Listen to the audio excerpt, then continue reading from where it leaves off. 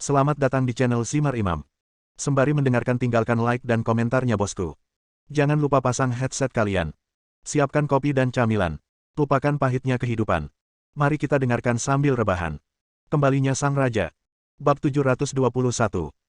Menurut peta yang diberikan Xiaoning sebelumnya, Su Chen menghitung bahwa dibutuhkan sekitar 6 jam untuk mencapai aliran Feilong. Menggunakan peta yang diberikan Liao Hui kepadanya dapat menghemat sekitar separuh waktu. Meskipun semuanya merupakan jalur pegunungan, yang sulit untuk dilalui, itu bukanlah masalah besar bagi Su Chen. Lebih dari 3 jam kemudian, Su Chen tiba di Feilong Stream. Meski namanya megah, namun tempatnya terasa homey sekali. Awalnya, Su Chen mengira tempat ini akan menjadi Grand Canyon. Namun ketika kami sampai, kami menemukan bahwa ini hanyalah retakan yang disebabkan oleh perubahan kerak bumi. Lebar keseluruhannya kurang dari 10 meter. Dalam lingkungan seperti itu, orang tidak dapat merasakan penindasan yang diberikan oleh alam, tetapi lebih merupakan perasaan suram dan aneh. Menurut lokasi yang tergambar di peta, Su Chen berjalan ke depan selama lebih dari setengah jam. Akhirnya, dia melihat sebuah gua gelap tidak jauh di depan. Meski aliran Feilong sangat sempit, pintu masuk guanya sangat besar. Setidaknya panjangnya lebih dari 20 meter dan tinggi lebih dari 30 meter. Namun mulut gua tampak seperti membuka mulutnya seperti binatang prasejarah raksasa. Hal ini juga membuat aliran Feilong yang tadinya menakutkan menjadi semakin menakutkan. Dikatakan bahwa orang-orang berbakat itu berani, dan ini adalah gambaran yang paling cocok untuk Su Chen saat ini. Setelah sampai di tempat tujuan, Su Chen tidak melambat, melainkan segera bergegas masuk ke dalam gua. Namun sesampainya di gua, Su Chen tertegun. Karena di dalam gua terlihat lebih besar lagi. Berdiri di sini seperti berada di ruang mandiri lainnya. Ada angin kencang bertiup, membawa bau darah yang samar. Tapi semua ini tidak bisa menarik perhatian Su Chen. Karena tepat di depannya terdapat sebuah pohon tua yang rimbun. Batang pohon purba itu berdiameter sekitar 5 meter. Selama bertahun-tahun, Su Chen sering bepergian dan mengunjungi banyak tempat. Namun dia yakin pohon-pohon kuno yang menjulang tinggi seperti itu tidak dapat ditemukan bahkan di hutan hujan Amazon. Selain batangnya yang tebal, mahkotanya juga menyebar ke segala arah. Bagaikan pohon kehidupan, ia menopang dunia dengan kokohnya. Dan berjuang keras. Su Chen yakin pohon kuno di depannya adalah pohon emas. Tapi tidak seperti yang dikatakan Liao Hui, penuh dengan buah-buahan dan benang emas. Semuanya gundul, tanpa sehelai daun pun di atasnya. Bagaikan orang tua yang merasakan senja yang mendalam, hidupnya sedang sekarat. Karena saya datang sehari lebih awal, pohon emasnya belum juga berbunga. Su Chen tidak terburu-buru dan siap menunggu di sini sepanjang malam. Untuk mencegah orang lain sampai ke sana terlebih dahulu. Pada saat yang sama, ada sebuah gubuk jerami sederhana yang berjarak 3 km dari sungai Feilong. Gubuk tersebut tidak mempunyai pemilik tetap karena digunakan oleh para pemburu di sekitarnya sebagai tempat peristirahatan sementara. Saat ini, ada lebih dari selusin orang berdiri di dalam gubuk. Kebanyakan dari mereka adalah orang-orang lanjut usia dan parubaya. Hanya ada 2 pemuda. Dan kedua orang ini adalah Chu Feng dan Liao Qi yang diberi pelajaran oleh Su Chen. Apa yang terjadi? Bahkan jika aku tidak menemukan batu suci itu, lenganku patah. Pria yang berbicara itu memiliki wajah berkarakter Tionghoa, rambut pendek, alis tebal, dan raut wajah garang. Nama pria parubaya itu adalah Lu Degao, dan dia adalah pelatih kepala Gunung Wudang saat ini. Dan di sampingnya ada para tetua dan penguasa Gunung Wudang lainnya. Tujuan datang ke sini adalah untuk menangkap sutra emas. Guru, murid saya tidak kompeten dan terlambat 1 langkah. Batu suci keluarga Liao kami disita oleh pencuri terlebih dahulu, dan kakak laki-laki saya juga dilukai olehnya. Apa kau tidak memberitahuku nama Gunung Wudang? Kami sudah mengatakannya, tapi pihak lain mengabaikannya sama sekali dan tidak menganggap serius Gunung Wudang sama sekali. Wajah Lu Degao muram dan dia berkata pada dirinya sendiri. Sejauh yang saya tahu, untuk merebut sutra emas, orang-orang dari Gunung Qingcheng dan Gunung Qiyun juga datang. Mungkinkah mereka yang melakukannya? Kepala sekolah, ini tidak mungkin. Sekarang kita bertiga terlibat satu sama lain. Jika ada pihak yang mengalami masalah, mereka akan mengetahuinya dengan jelas. Jadi menurutku kecil kemungkinan hal ini dilakukan oleh orang-orang dari Gunung Qingcheng dan Gunung Qiyun. Orang tua yang berbicara itu bernama Yin Qitian. Dia adalah tetua agung Gunung Wudang. Dia adalah pemimpin di seluruh dunia seni bela diri Tiongkok. Menurutku juga begitu, tapi situasinya mendesak sekarang. Menurutku tujuan pihak lain pastilah sutra emas. Selama kita terus mengawasinya, kita tidak akan membiarkan dia kabur. Yah, itu benar. Semuanya, bergembiralah. Apakah pegunungan Wudang kita dapat bangkit di dunia seni bela diri Tiongkok dan mengembalikan kejayaan 1 abad bergantung pada tindakan ini? Ya, kepala sekolah. Lebih dari 10 jam berlalu, dan Su Chen tidak tidur sepanjang malam. Namun ia menemukan bahwa pohon emas itu masih berdiri diam di sana dan tidak berniat mekar. Bagaimana bisa? Su Chen mengerutkan kening dan tidak bisa menahan diri untuk tidak bergumam. Menurut informasi yang diberikan Xiaoning pada dirinya sendiri, hari ini seharusnya menjadi hari di mana pohon emas mekar. Tapi sekarang sudah gundul sama sekali, tidak ada niat untuk menghasilkan buah sama sekali. Su Chen berpikir sejenak, mungkinkah dia datang terlambat dan buah serta sutra emas di pohon itu dipetik. Namun tak lama kemudian, Su Chen membantah dugaan tersebut.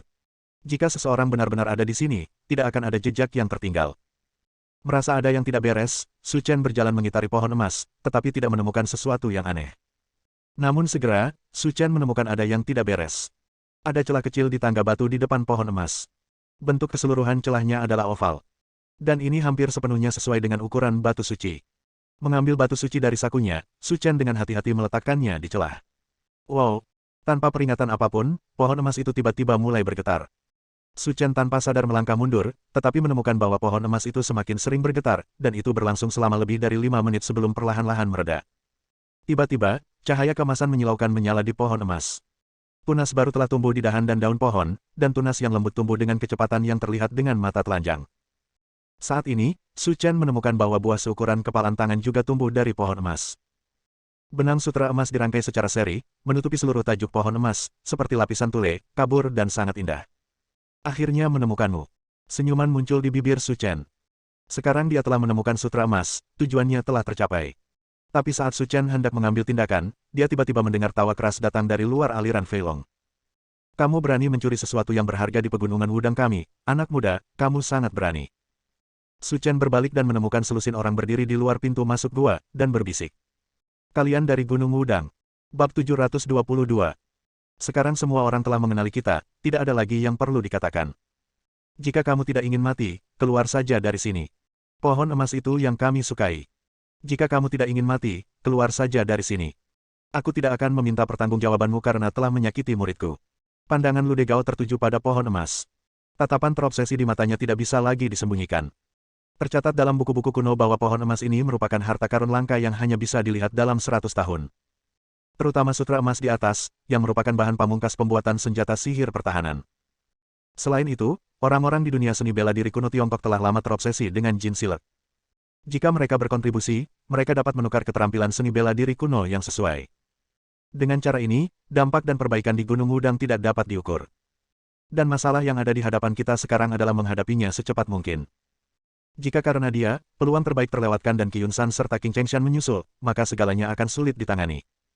Entah itu pohon emas atau sutra emas, semuanya adalah hal yang aku suka, dan tanpa batu suci di tanganku, pohon emas tidak akan bisa mekar. Jadi, mengapa aku harus memberikannya padamu? Ekspresi Su Chen tenang dan tidak tergesa-gesa. Dia tidak peduli dengan ancaman Lu Degao. Jangan membuat omong kosong seperti itu di luar sana. Batu suci itu awalnya milik keluarga Liaoku, tapi sekarang kamu telah menipunya. Kamu sebenarnya berani mengatakan hal seperti itu. Aku malu padamu. Seseorang mendukungnya dari belakang. Liao Qi berbicara dengan arogan dan sama sekali tidak menganggap serius Su Chen. Patah. Su Chen mengangkat tangannya dan menamparkan wajah Liao Qi dengan kuat. Yang terakhir tidak bereaksi sama sekali, dan tubuhnya terbang tak terkendali. Hidungnya memar dan wajahnya bengkak karena terjatuh, dan kondisinya sangat menyedihkan. Beraninya kamu memukulku.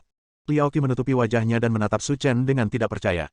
Tuannya dan tetua sekte semuanya ada di sini, dan dia berani menyerangnya. Dia hanya mencari kematian. Jika bukan karena Aduo, kamu akan menjadi mayat sekarang. Jaga dirimu baik-baik. Jangan paksa aku membunuhmu. Melihat Su Chen mengangkat tangannya, dia mulai bertarung. Semua orang di Gunung Wudang gelisah. Dilihat dari tindakannya, dia tidak berniat pergi. Dan sepertinya mereka harus bersaing dengan Gunung Wudang untuk mendapatkan sutra emas.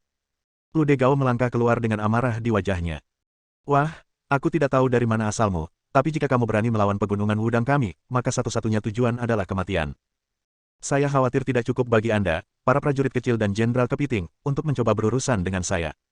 Su Chen berjongkok di platform batu dan berkata dengan tenang. Kamu tidak tahu bagaimana hidup atau mati, lihat aku menamparmu sampai mati. Ledakan. Gelombang energi mirip angin kencang bertiup ke segala arah. Dalam sekejap, Lu Degat meningkatkan momentumnya hingga mencapai puncaknya. Tidak banyak waktu tersisa untukmu, kamu harus membunuhnya secepat mungkin dan mengambil sutra emasnya. Kalau tidak, akan ada masalah. Apa yang terjadi? Kepala sekolah Lu sangat marah. Tidak seperti kamu. Saya mendengar suara-suara datang dari luar gua. Lu Degao tampak panik. Dia telah bertarung secara terbuka dan diam-diam dengan Gunung Wudang selama beberapa dekade, dan dia sudah menebak siapa lawannya. Kepala sekolah Gunung Qiyun seindah gunung dan laut. Singkirkan momentumnya, Lu Degao melihat keluar gua. Beberapa detik kemudian, belasan orang masuk dari luar. Tidak ada keraguan bahwa orang-orang itu adalah San Ronghai dari Gunung Qiyun, serta tetua dan penguasa sekte mereka.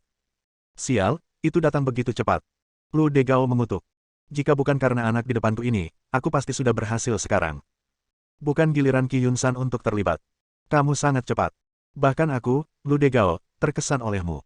Sutra emas ini adalah artefak langka yang hanya dapat dilihat dalam 100 tahun. Kami, Qiyun-san, telah lama menganggapnya sebagai sesuatu di saku kami. Bagaimana kami bisa memberikannya kepada Anda dengan begitu mudah? Kalau begitu, ayo kita bertarung dan lihat siapa yang menang pada akhirnya. Dua saudara laki-laki, kalian bertengkar begitu sengit, bagaimana kalau memasukkanku? Mendengar suara-suara itu, orang-orang di dalam melihat keluar gua lagi. Lu Degao dan San Ronghai secara alami tahu siapa pihak lainnya. Pelatih kepala Gunung Qingcheng, Mei Chengtian. Sekarang kita semua sudah di sini, berhentilah bersikap licik dan muncullah. Luther mendengus dingin. Kepala sekolah lu masih sangat arogan. Setelah melihat kami, dia tetap tenang dan tenang. Saya, Tuan Mai, sangat mengaguminya. Demikian pula, Gunung Qingcheng juga penuh dengan master. Ketika mereka sampai di dalam gua, situasi dan suasana menjadi halus dan aneh. Hanya Su Chen yang bisa tenang dan berdiri di sini dengan tenang. Dia sama sekali tidak menganggap serius orang-orang di depannya. Namun harus dikatakan bahwa tiga sekte besar Tiongkok masih memiliki kekuatan dan landasan. Tiga sekte besar semuanya telah mencapai alam ilahi. Selain itu, ada 15 master alam setengah dewa di sini. Orang-orang di dunia seni bela diri Tiongkok biasa menyebut mereka Taisan Beidou, dan ada alasan tertentu untuk ini. Dua bersaudara, sekarang orang-orang dari tiga sekte besar telah berkumpul, dan tujuannya juga untuk sutra emas. Tidak ada artinya jika kita bertarung sampai mati di antara kita, lebih baik membaginya secara merata. Kata Mak Chengtian sambil tersenyum. Dan ketika dia berbicara, dia tidak memasukkan Su Chen di antara mereka. Dia hanyalah anak nakal yang spekulatif. Dibandingkan dengan tiga sekte besar, dia seperti semut. Tidak perlu memasukkannya ke dalam hati. Baik Lu Degao maupun San Ronghai tidak berbicara, tetapi dengan cermat menganalisis situasi di lapangan. Jika hanya ada dua kelompok, Anda masih bisa bertarung sampai mati satu sama lain. Tapi sekarang ada tiga kelompok orang di sini, jadi kita tidak bisa mengambil pendekatan yang sulit. Jika tidak, akan mudah bagi pihak lain untuk mendapatkan keuntungan dan dua pihak lainnya akan menderita. Dilihat dari situasi saat ini, mungkin cara yang disebutkan Mei Chengtian adalah yang paling tepat. Bagilah sutra emas menjadi tiga bagian secara tidak memihak dan bagilah secara merata di antara tiga sekte utama. Saya tidak keberatan dengan gagasan ini. San Ronghai mengangkat bahu, dengan senyum lucu di wajahnya. Aku juga tidak keberatan.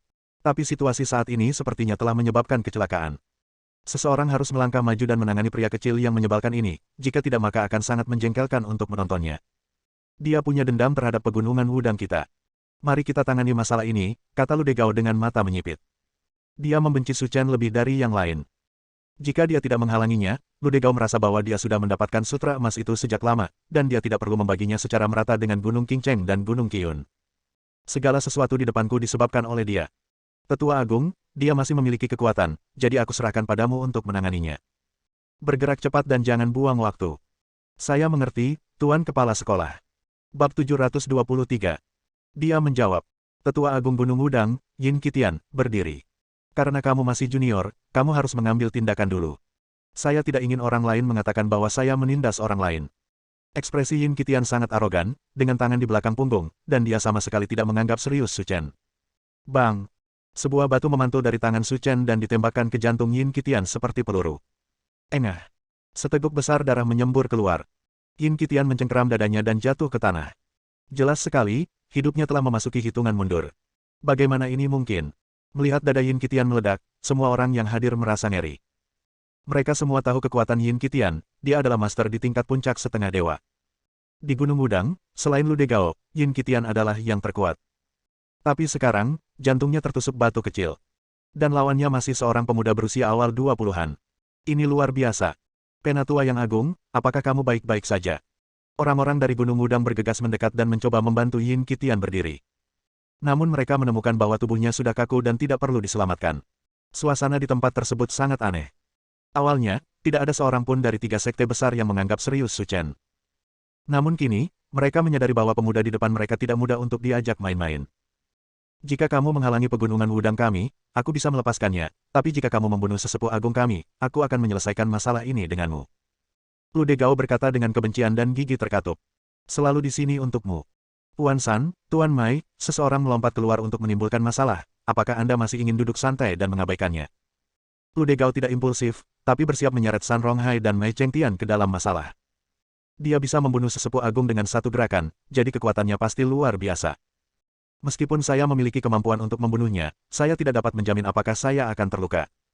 Sutra emas ada di depan saya. Saya harus memikirkan situasi secara keseluruhan dan tidak boleh gegabah. San Ronghai dan Mei Chengtian tidak berbicara. Mereka tidak menyangka situasi di lapangan akan menjadi seperti ini. Sejauh menyangkut situasi saat ini, jika dia tidak dibunuh, tidak ada yang bisa mendapatkan sutra emas. Beberapa detik kemudian, San Ronghai dan Mei Chengtian berdiri.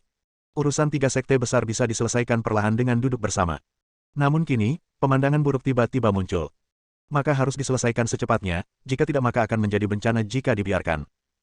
Mereka bertiga berdiri di sekitar Su Chen, satu di belakang yang lain. Dalam sekejap, momentum mereka mencapai puncaknya. Di depan sutra emas, segala rintangan harus segera dihilangkan. Lakukan. Lu Degao menyapa, gunung dan lautan mengikutinya, dan Mei Chengtian memahaminya. Mereka bertiga melancarkan serangan bersama-sama, tidak siap memberi Su Chen cara apapun untuk bertahan hidup. Namun detik berikutnya, mereka bertiga terkejut saat mengetahui tubuh Su Chen telah menghilang di tempat. Saat dia muncul lagi, dia sudah berada di belakang Lu Degao. Ini sangat cepat. Seru San Ronghai, lalu mendengar teriakan Mei Chengtian. Kepala sekolah Lu, hati-hati, dia ada di belakangmu. Pada saat itulah Lu Degao merasakan nafas dingin datang dari belakang. Sebelum dia sempat bereaksi, dia merasakan kekuatan sebesar laut mengalir ke dalam dirinya. Bang! Lu Dehai diusir, dan seluruh tubuhnya membentur dinding batu di gua seperti sampah. Seteguk besar darah muncrat. Dia tersandung dan tidak bisa bangun. Dia telah mencapai titik di mana dia tidak bisa lagi bertarung. Bagaimana ini mungkin? Seru San Ronghai. Dia mengetahui kekuatan Lu Degao dengan sangat baik. Seorang penguasa alam dewa sejati tidak dapat menahan salah satu gerakannya. Jika Su Chen ingin mengambil tindakan, Lu Degao sudah menjadi mayat. Ketika dia datang, Xiao Ning mengingatkannya bahwa dia harus penyayang dan penyayang. Su Chen menjadi orang baik dan memusnahkan semua orang dari tiga sekte besar sekaligus. Maka tiga batu besar yang membebani dunia persilatan Tiongkok akan lenyap. Dengan cara ini, tidak ada yang tahu apa yang akan terjadi di dunia seni bela diri. Dan niat Xiao Ning untuk mengingatkan dirinya sendiri mungkin ada di sini. Segala sesuatu di dunia ini tentang keseimbangan. Jika keseimbangan ini hancur, tidak ada yang tahu apa yang akan terjadi. Tentu saja, Su Chen tidak peduli tentang ini, dia hanya ingin memberi wajah pada Xiao Ning, lagi pula, dia diam-diam banyak membantunya. Lu Degao terjatuh, dan San Ronghai serta Mei Chengtian tidak bertahan lama. Salah satu lengan Su Chen patah, dan mereka tergeletak di tanah dalam keadaan berantakan, bahkan tidak mampu berdiri.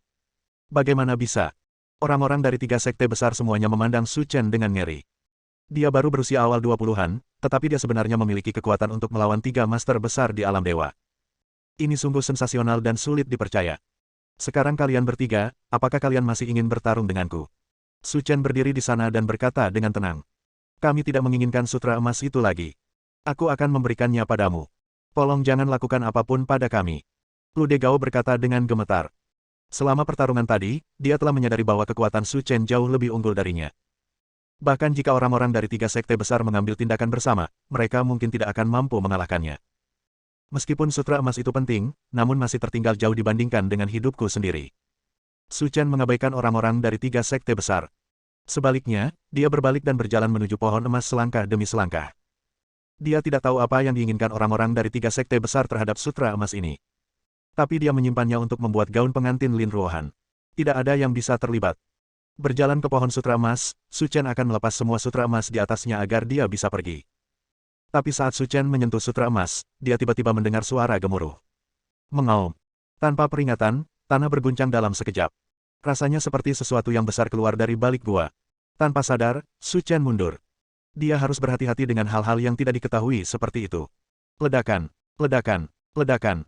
Beberapa detik kemudian, semua orang terkejut saat menemukan kepala besar muncul dari balik pohon emas. Dan bayangan besar itu juga mengejutkan semua orang. Buaya. Itu buaya raksasa purba. Liao Qixi berteriak tak terkendali, wajahnya menjadi pucat, dia jelas sangat ketakutan. Ketika dia masih muda, dia pernah mendengar kakeknya membicarakan masalah ini. Konon ada buaya raksasa purba yang tersembunyi di dalam gua ini, yang sangat ganas. Tubuhnya 5 kali lebih besar dari buaya lainnya. Sama sekali bukan spesies di bumi. Tapi saat itu, saya tidak menganggapnya serius sama sekali. Saya hanya mendengarnya sebagai sebuah cerita, tetapi saya tidak menyangka akan benar-benar menemukannya hari ini. Senyuman aneh muncul di bibir Su Chen. Titik. Saya tidak pernah menyangka benda ini benar-benar ada. Bab 724. Saya mendengar dari Liao Hui sebelumnya bahwa buaya raksasa purba ini tingginya sekitar 50 meter. Itu pasti telah berkembang pesat setelah lebih dari 100 tahun. Sekitar 1 menit kemudian, buaya raksasa purba yang tersembunyi di balik pohon emas keluar dan menunjukkan wujud aslinya di depan semua orang. Baru pada saat inilah Su Chen melihat gambaran lengkapnya dengan jelas. Buaya raksasa purba itu tingginya sekitar 70 meter. Ada taring tajam di mulut besar yang ganas, dan tubuhnya ditutupi baju besi seperti duri. Rasa penindasan yang muncul darinya sungguh mencekik.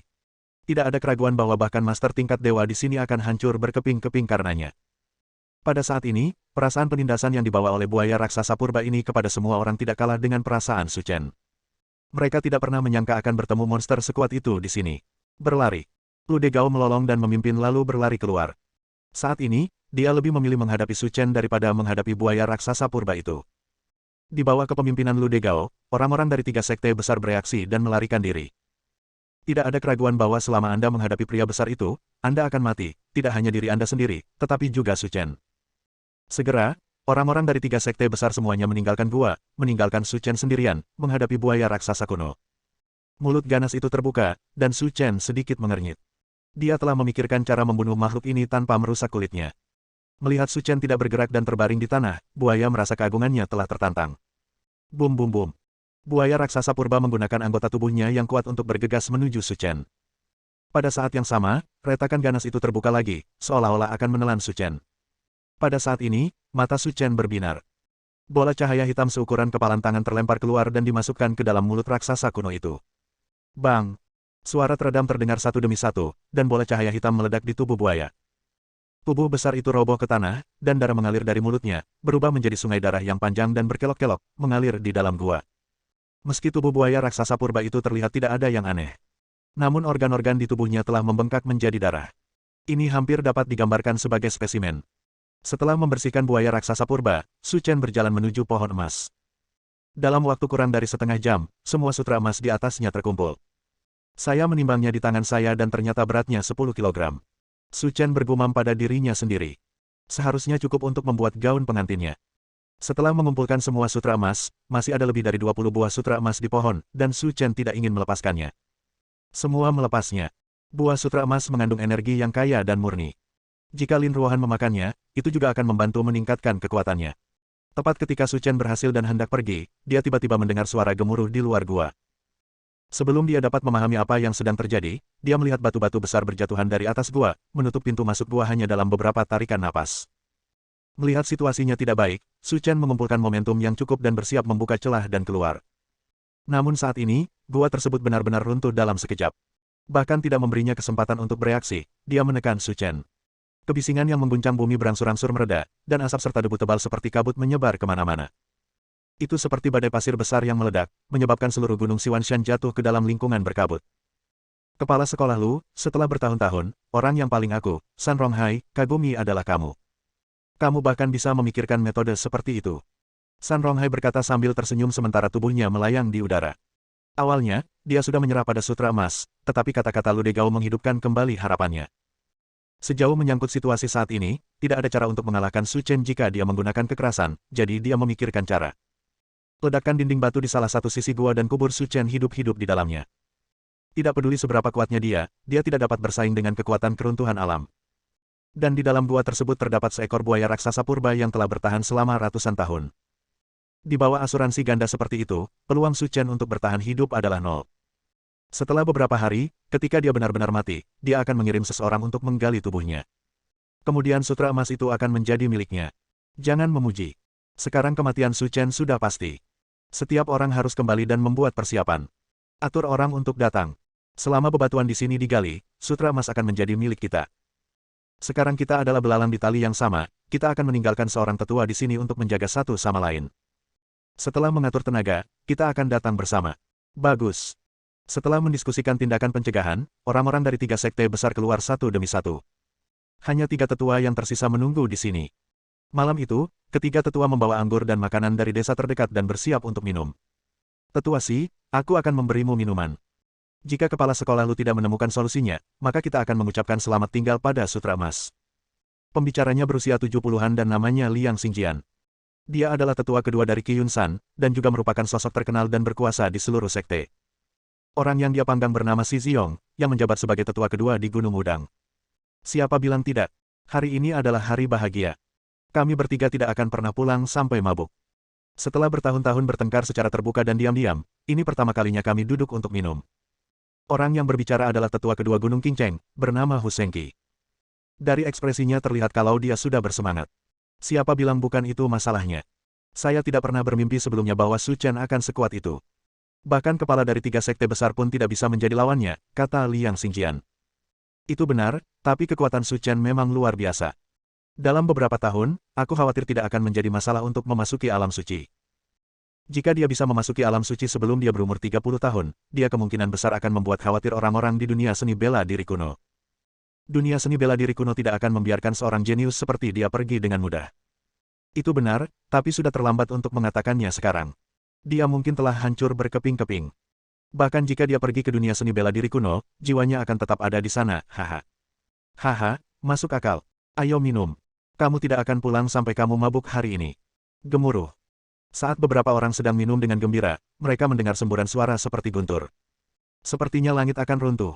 Apa yang terjadi? Bersambung.